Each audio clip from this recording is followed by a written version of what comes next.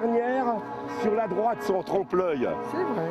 Oui, les 2 dernières, peu de Troyens le voient, ça. Et c'était bien cela le but de la visite organisée par l'association Sauvegarde et Avenir de Troyes, redécouvrir des endroits cachés de la cité Tricasse. La plupart des personnes présentes en ce dimanche matin connaissent déjà Troyes comme sa poche, mais chacun souhaite en apprendre plus. Je connais la ville, je visite régulièrement avec la SAT.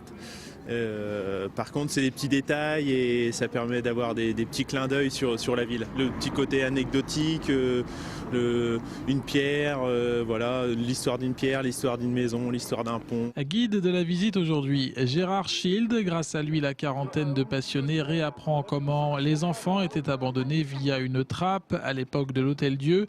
D'autres redécouvrent l'église Saint-Frobert transformée en habitation. Au programme également un passage devant la maison du Pont-Ferré, rue de la Cité. Et tout simplement maison du Pont-Ferré parce que l'évêque, on était dans le domaine de l'évêque ici, l'évêché, la cathédrale n'est pas loin, faisait payer une taxe sur tous les métaux qui rentraient dans la ville.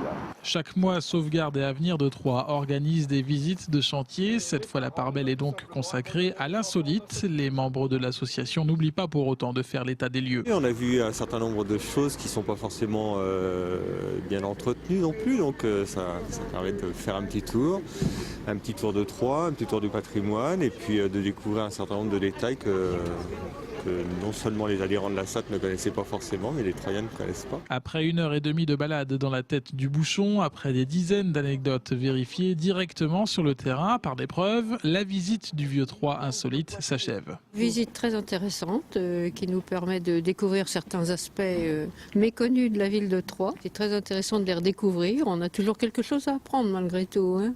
Quelque chose à apprendre et quelque chose aussi à défendre. La visite a conforté les membres de l'association dans leur position. Le centre-ville troyen possède en son sein de nombreux trésors qu'il faut protéger.